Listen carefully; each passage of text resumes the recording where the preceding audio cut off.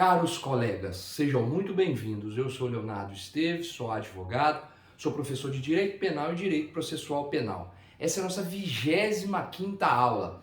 Vamos estudar o artigo 17 do Código Penal Brasileiro. Lembrando que o artigo 17 é o último instituto do intercrimes, ou seja, é a tentativa inidônea, ou mais conhecido como crime impossível. O artigo 17, vamos tratar da figura da tentativa inidônea, ou seja, aquela tentativa que o nosso Código Penal não vai punir, perfeito? Nós vimos lá no artigo 14, inciso 2, que iniciada na execução a conduta do agente, por exemplo, por um homicídio, disparar uma arma de fogo e por circunstâncias alheias à vontade desse agente, o crime não se consuma, ele responde pelo crime de homicídio, artigo 121, porém tem uma minorante de 1 a 2 terços, perfeito? No caso, caros colegas, que eu fiz nesse homicídio, pelo exemplo do disparo de arma de fogo, ele responde pela tentativa. Vai ter a pena aplicada do artigo 121 com a redução. O artigo 17, resumindo em miúdos, ele na verdade é uma tentativa inidônea, que também falamos, que não se pune a tentativa, desde que observado 2 elementos. O artigo 17 nos fala da teoria, que essa teoria que usa o artigo 17, dessa tentativa inidônea, é a teoria objetiva temperada ou mitigada. Usamos então, caros colegas, no artigo 17, no crime impossível, ou mais conhecido como tentativa inidônea, a teoria objetiva, temperada ou mitigada. É importante observar. Por quê? Eu vou apresentar aqui com a leitura do artigo casos que a tentativa não vai ser punida. Ou seja, com esses 2 elementos, não vai ter punição da tentativa. Perfeito? O artigo 14 diz que a tentativa é punível. Perfeito? Só que aqui, no artigo 17, crime impossível, tentativa inidônea, eu vou dar os casos que ela não vai ser punida. Ok, caros colegas? Vamos à redação do artigo então. Artigo 17. Não se pune a tentativa quando por ineficácia absoluta do meio, olha aí, por ineficácia absoluta do meio, ou por, segunda, absoluta impropriedade do objeto, é impossível consumar-se o crime. Ok, caros colegas? Olha a redação do artigo. Então, quais são? A ineficácia absoluta do meio. Vou dar um exemplo, que aí não vai se punir a tentativa. Outro, qual que é a segunda? Absoluta impropriedade do objeto, perfeito?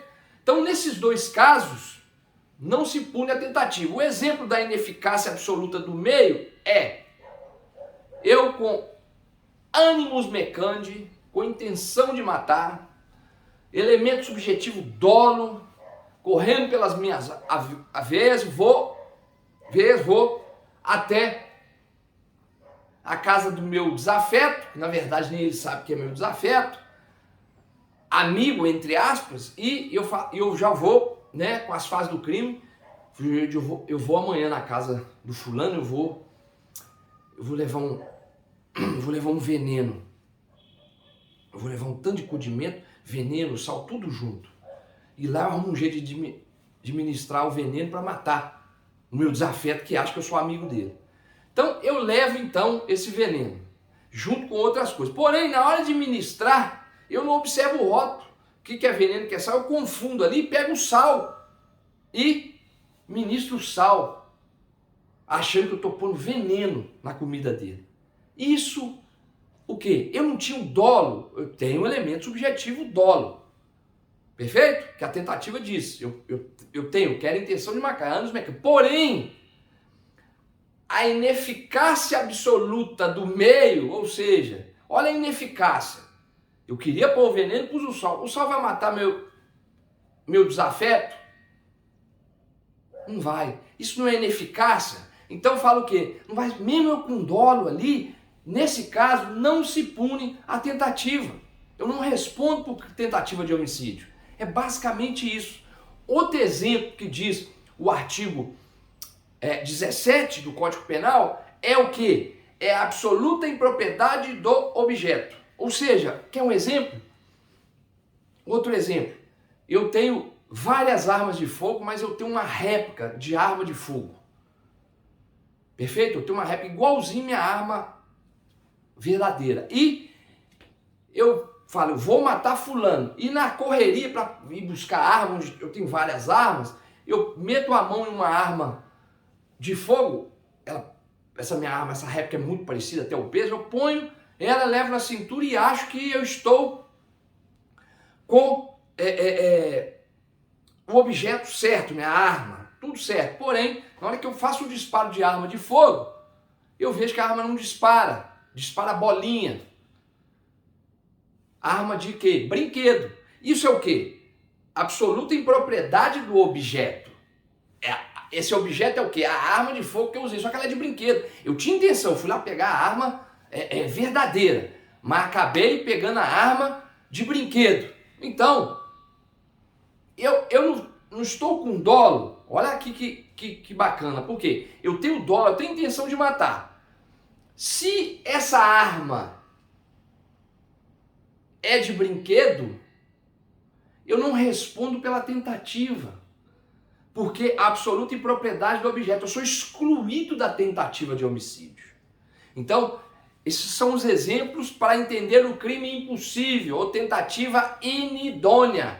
A tentativa inidônea, nosso Código Penal não pune nos exemplos citados. Ok? Vou repetir a leitura do artigo. Não se pune a tentativa quando por ineficácia, olha só, ineficácia absoluta do meio, olha lá, errei o veneno com sal. Ou por absoluta impropriedade do objeto. A arma de brinquedo.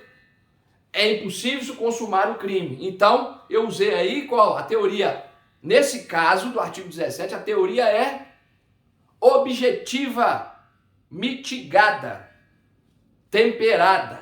Ok, caros colegas? É isso que vem nos dizer o artigo 17. Um exemplo também interessante, podemos dar, por exemplo,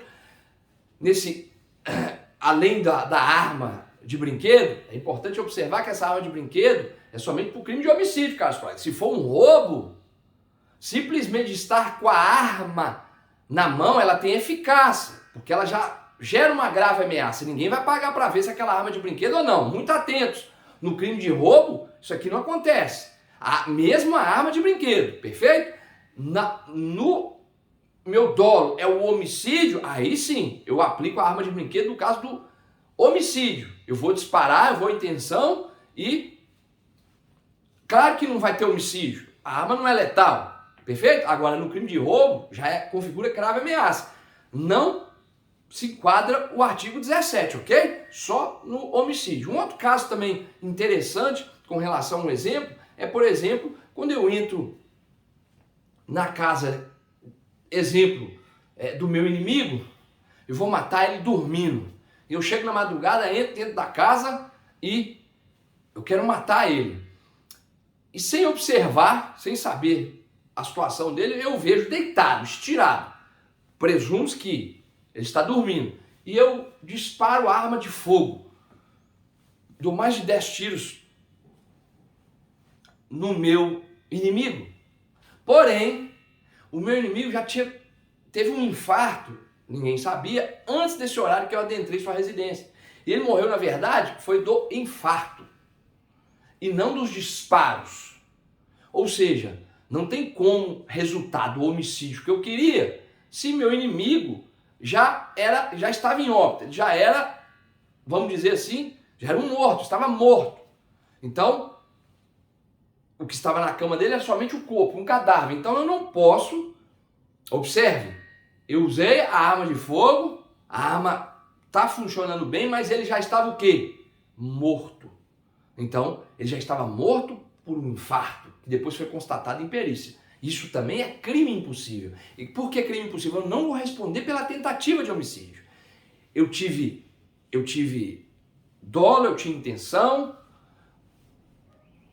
houve circunstâncias além à minha vontade. É o quê? Meu desafeto já estava morto. Porém, pelo artigo 17, já estava morto. Eu respondo pela tentativa? Não. Por quê? Pelo artigo 17, crime impossível. Porque o resultado que eu queria já não teria como ocorrer.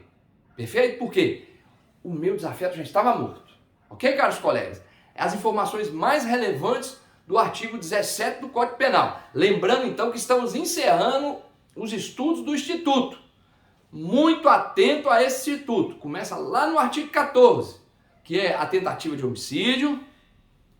Depois vem o arrependimento, a desistência voluntária, arrependimento eficaz, arrependimento posterior e agora o crime impossível. Muito atentos com relação a esses institutos, ok, caros colegas? São 5. Ter eles bem explicado para não haver confusão, ok? Eu vou ficando por aqui. Muito obrigado. Até a próxima aula.